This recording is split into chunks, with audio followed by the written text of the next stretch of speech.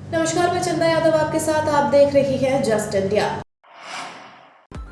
खबरों के प्रायोजक हैं एशियन कलर कोटेड इस्पात लिमिटेड। आपका विश्वास हमारी पहचान। मेडिफिर international taken a step to keep you safe from corona virus. रंज किया showroom in Rohtak and Bahadurgarh. Showroom पर आएं, टेस्ट ड्राइव लें और गाड़ी बुक कराएं। बता दें, कोरोना वायरस की संभावित तीसरी लहर के मद्देनजर बिजली विभाग के अधिकारियों ने एक बैठक की है। बता दें, इस बैठक में अध्यक्षता UHBVN के ASI नरेंद्र सिंह ने की है। बैठक में इस मुद्दे पर तमाम मुद्दों पर चर्चा की गई। बिजली के बिलों के ज्यादा से ज्यादा online app Paytm, Google app, phone पे, इस ऐप के जरिए आसानी से भरा जा सकता है। इसी बिजली विभाग के ऐप और साइट और इंटरनेट बैंकिंग के माध्यम से बिजली के बिल को भी भरा जा सकता है। साथ ही उन्होंने यमुनानगर जिले के जनता से अपील भी की है कि ज्यादा से ज्यादा ऑनलाइन का ही प्रयोग करें, जिसमें कि हम सब सुरक्षित हैं। बता दें कि UHBVN के सुप्रीडेंट नरेंद्र सिंह ने बताया कि कैश कहीं कोरोना वायरस को बढ़ावा देने का काम करता है, क्योंकि एक जगह से कैश पता नहीं कितने जगह से कितने हाथों में जाता है। इससे कहीं ना कहीं कोरोना वायरस का खतरा और भी बन जाता है। ऐसे में आप उपभोक्ताओं को सहयोग से कैश न लेने का निर्णय किया गया। इसके लिए बिजली उपभोक्ताओं का सहयोग चाहिए। उन्होंने आगे बताया कि 3 डिवीजन में 13 सब डिवीजन है। आजकल जैसे ये कोरोना की वेव चल रही है, तो इसके अंदर जो भी हमारे कागज़ हैं, चाहे वो चेक हैं या ड्राफ्ट हैं या कैश पेमेंट है, तो वो कोरोना का बहुत बड़ा एक कैरियर है। तो इसी चीज़ को ध्यान में रखते हुए मेरी सभी उपभोक्ताओं से अपील है कि वो ऑनलाइन सारी पेमेंट ऑनलाइन ही करें। तो ऑनलाइन किस तरह से पेमेंट की जा सकती है, इसके लिए मैं बताना चाहता हूँ। तो एक तो आजकल लगभग सब लोगों के पास पेटीएम की एप्लीकेशन है। तो पेटीएम है जो वो काफ़ी ऑफ़र भी देता है। और फिर पेटीएम हो गया, उसके बाद फिर गूगल पे हो गया, फिर फ़ोन पे हो गया। तो ये क्या है कि आप एक बार पैसे भरोगे अपने, तो इनसे पैसे भरोगे तो ये आपको रिमाइंडर भी देंगे अगले बिल के। तो रिमाइंडर देंगे तो उसमें आपको अपने आप पता भी चलता रहेगा। कितनी अच्छी सुविधा है ये। तो पेटीएम को है, चाहे गूगल पे है, चाहे फ़ोन पे है, तो इनसे जिनके पास नेट बैंकिंग की सुविधा है तो वो नेट बैंकिंग से भी पेमेंट हो सकती है। नेट बैंकिंग नहीं है तो UPI से भी हो सकती है। कृषि एवं किसान कल्याण और पशुपालन मंत्री जयप्रकाश दलाल ने आज पंचायत भवन नारनौल में जिला लोक संपर्क एवं बता दें कि जन परिवेदना समिति बैठक रखी है। वहीं बैठक में नागरिकों के परिवार भी सुने।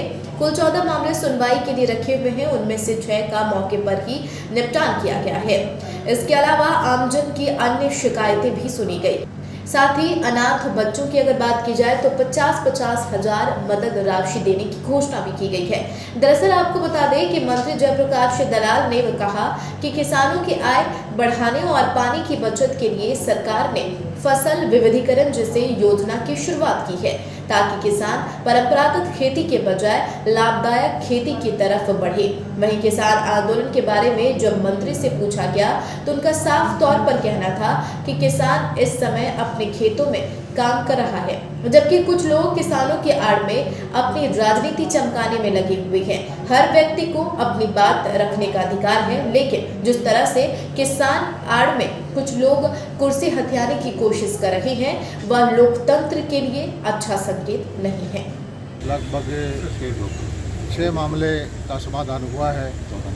14 टोटल मामले थे, 5 पुराने लंबित मामले थे और अधिकारियों को सख्त निर्देश दिए हैं कि जो पुराने मामले हैं उनको हर हालत में अगली मीटिंग तक सुलझाएं। और हमारा लक्ष्य यही है कि हर आदमी की शिकायत जो है उसका समाधान हम करें। और अधिकारियों को चाहिए कि ऐसा वातावरण बनाएं कि इस मीटिंग में शिकायत आनी ही नहीं चाहिए। लोगों को मौका दें कि वे अधिकारी स्तर पर ही सारी चीज़ों का समाधान हो। और दूसरा मुद्दा ये था कि इस क्षेत्र के अंदर बारिश हुई है। मूंग की बिजाई के लिए अभी वक्त है। 70 दिन में मूंग की फसल 421 नंबर है वो हो जाती है। किसानों को ज़्यादा फ़ायदा होता है। 90% हम उस पर सब्सिडी भी दे रहे हैं। और मूंग की इस बार जो MSP लगभग 7300 रुपये का है, उसकी मंडी लगा करके महेंद्रगढ़ नारनौल में मूंग की खरीद भी करेंगे। सरकार के आदेशानुसार कुरुक्षेत्र जिले को डाल 112 के तहत 23 वाहन मिले हैं और इनमें लगी टीमों के लिए मददगार लगातार लोगों के लिए साबित हो रही है। टीम चंद मिनटों में ही घटनास्थल पर पहुंचकर पीड़ित की समस्याओं का निपटारा कर रही है। बता दें कि हरियाणा सरकार के आदेशानुसार जिले को emergency response and support system 112 के तहत 23 वाहन जिला कुरुक्षेत्र को भेजे गए हैं। इन तमाम 23 वाहनों पर जिला कुरुक्षेत्र पुलिस के कर्मचारियों की दिन रात 2 शिफ्टों में ड्यूटी भी लगाई गई है। वहीं इस बारे में विस्तार से जानकारी देते हुए पुलिस अधीक्षक कुरुक्षेत्र यानी कि हिमांशु गर्ग ने बताया है कि डायल 112 सिस्टम पर जिले के सभी थानों के एरिया से अब तक कुल 205 कॉल प्राप्त हो चुकी है और सभी शिकायतों का फीडबैक पंचकुला स्थित पुलिस मुख्यालय पर भेजा गया है। वहीं पुलिस टीम की बात की जाए तो शिकायतकर्ता के पास 12 से 20 मिनट में पहुंच रही है। वहीं गाड़ियों को मात्र 8 से 10 मिनट में ही शिकायतकर्ता के पास पहुंच रही है। जो पूरे स्टेट में ये सुविधा लॉन्च की गई है उसमें कुरुक्षेत्र जिले में भी कुल 23 गाड़ियां प्रोवाइड की गई थी और तब से लेकर आज तक रोज़ कॉल्स लगातार आ रही हैं 112 के थ्रू और वो संबंधित गाड़ियों में ऑटोमेटिकली जो उनका इलेक्ट्रॉनिक सिस्टम बना हुआ है उस पर डिस्प्ले स्क्रीन पे डिस्प्ले होती हैं और उसके मुताबिक जो कॉलर की लोकेशन है एग्जैक्ट वो भी आती है और वो गाड़ी वाला सीधा उस लोकेशन पे पहुंचता है तुरंत और वहाँ पर जाके जो कार्रवाई बनती है वो करवाता है। तो वो इसमें जो रिस्पांस टाइम जो इसका उद्देश्य था कि रिस्पांस टाइम कम हो पुलिस का, उसमें अभी काफ़ी हद तक सुधार आया है और 15 मिनट से और 30 मिनट के बीच बीच में वो गाड़ी पहुँच रही है। कई गाड़ियाँ तो 8 मिनट 10 मिनट में भी पहुँच रही हैं, तो तुरंत जाकर के वो शिकायत का निपटारा किया जा रहा है।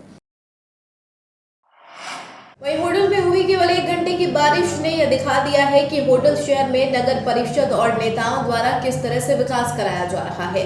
जी हाँ, बता दें 1 घंटे की बारिश से शहर में चारों तरफ जलभराव की स्थिति देखने को मिली। शहर में लोगों के लिए निकलने के रास्ते तक बंद हो चुके हैं। लोग पानी से होकर पैदल निकल रहे हैं तो वहीं कोई पानी से अपने वाहनों को खींचते हुए नजर आ रहा है। दरअसल आपको बता दें बारिश के बाद पूरे शहर में एक टापू का रूप धारण कर लिया है। शहर की कोई कॉलोनी ऐसी नहीं बची है जहां बारिश का पानी नहीं भरा हो। अधिकांश कॉलोनियों की अगर बात की जाए और शहरों के बाजारों में बरसात का पानी भर गया है, जिसके कारण वाहन चालकों व पैदल चलने वालों को भारी परेशानियों का सामना करना पड़ रहा है। इसके अलावा अनाज मंडी और सब्जी मंडी में भी बरसाती पानी भरने के कारण यहाँ दुकानों के अलावा ग्राहकों को भी परेशानियों का सामना करना पड़ रहा है। उधर किसान ने इस बरसात के फसलों के लिए अच्छा बताया है। बाजार और सब्जी मंडी के दुकानदार पूरे दिन जनप्रतिनिधियों और विभागीय अधिकारियों से पानी निकासी की मांग भी करते रहे, लेकिन कई घंटों तक स्थिति ज्यों की त्यों बनी रही। लोगों की शिकायत के बावजूद भी किसी भी अधिकारी ने शहर का अब तक दौरा नहीं किया है। हाँ, सुंदर जी बताएंगे जो ये बारिश पड़ी है आज तो कैसा महसूस हो रहा है? इससे गर्मी से राहत मिलेगी और हमारे किसान भाइयों को बहुत फ़ायदा हो रहा है इससे, और गर्मी से पूरी तरह से राहत मिलने के कारण हमें वैसे भी सुविधा होगी, लेकिन इस पानी की पूरी तरह निकासी ना होने के कारण तो परेशानी का सामना करना पड़ेगा। क्योंकि शहर में चारों तरफ पानी ही पानी नज़र आ रहा होगा। हाँ, शहर में पानी भरा हुआ है, लेकिन अभी निकासी में टाइम लगेगा इसमें पानी निकलने में। तो प्रशासन की तरफ से कोई पानी निकासी का अभी प्रॉपर बंदोबस्त नहीं है? अपने हिसाब से काम कर रहा है, लेकिन पानी निकासी का पूरा प्रबंध नहीं है प्रशासन नहीं है। विधायक रामकुमार कश्यप ने सिंचाई विभाग के विश्राम गृह में हल्के की जनता की समस्याएं और शिकायतों को सुनते हुए विश्राम गृह में आए भाजपा के कार्यकर्ताओं और हल्के की जनता को बताया है कि आज देश व प्रदेश के सामने बेरोजगार सबसे बड़ी समस्या के रूप में खड़ी हुई है। सरकारी नौकरियां बहुत ही सीमित मात्रा में उपलब्ध है, यानी कि ऐसी स्थिति में सभी युवाओं को सरकारी नौकरी उपलब्ध करवाना संभव नहीं है। वह यदि युवा सरकारी नौकरी की अपेक्षा अपने स्वयं रोजगार शुरू करेगा तो वह स्वयं तो आत्मनिर्भर होगा ही, साथ ही वह दूसरे युवाओं को भी बेरोजगारों से रोजगार उपलब्ध करवाने का काम करेगा। वहीं सरकार की ओर से स्वरोजगार करने पर युवाओं की आर्थिक सहायता भी प्रदान की जाती है। विधायक ने लोगों की समस्याएं एवं शिकायत सुनते हुए निर्देश दिए कि वे जनता के साथ शालीनता का बर्ताव कर उनकी समस्या का समाधान करने का कार्य करें। उनके समक्ष काफी संख्या में क्षेत्र की जनता रोजगार दिलवाने, बिजली पानी, स्थानांतरण अनुदान राशि दिलवाने, पेंशन राशन दिलवाने, पीला राशन कार्ड बनवाने, वहीं पक्का मकान बनवाने जैसी सैकड़ों प्रकार की समस्याओं एवं शिकायत लेकर आते हैं, जिनमें से अधिकांश लोगों की समस्याएं और शिकायतों का मौके पर ही समाधान हो जाता है। वही विशेष समस्याओं के समाधान के लिए संबंधित अधिकारियों को फोन के माध्यम से आवश्यक दिशा निर्देश दिए जाते हैं।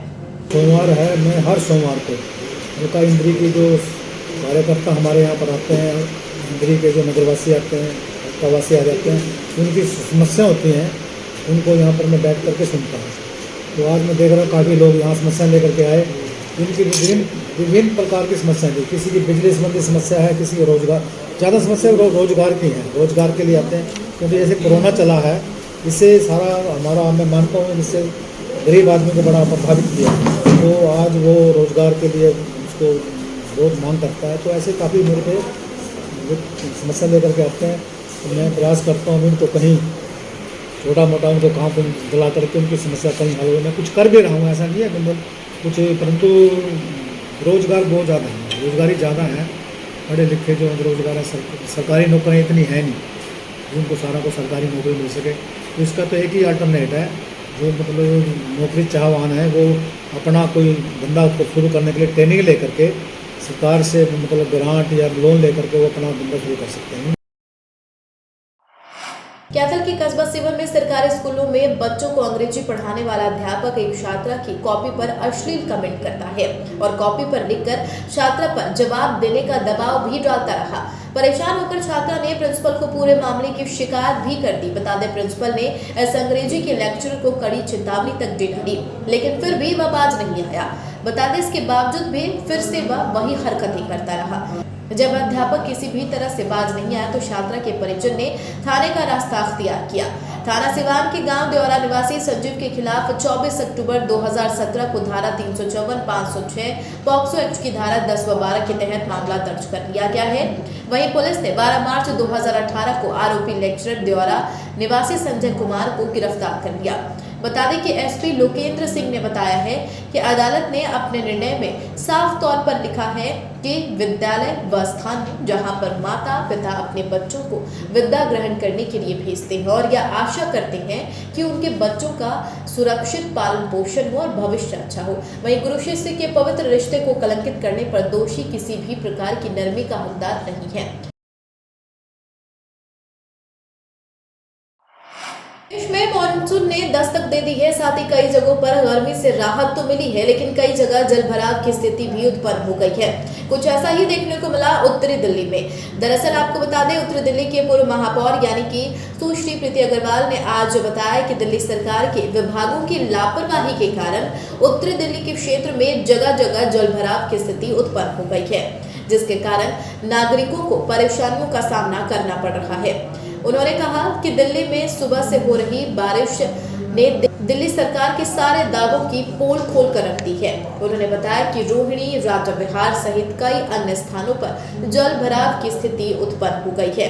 वहीं प्रीति अग्रवाल ने आगे बताया कि कुछ दिनों पहले ही उत्तरी दिल्ली नगर निगम ने क्षेत्र में गंदगी फैलाने के लिए लोक निर्माण विभाग, दिल्ली जल बोर्ड और DSIDC से 50,000 के एनजीटी का चालान किया था, जिसके बाद भी इन विभागों ने इस संबंध में कोई भी कार्रवाई नहीं की है।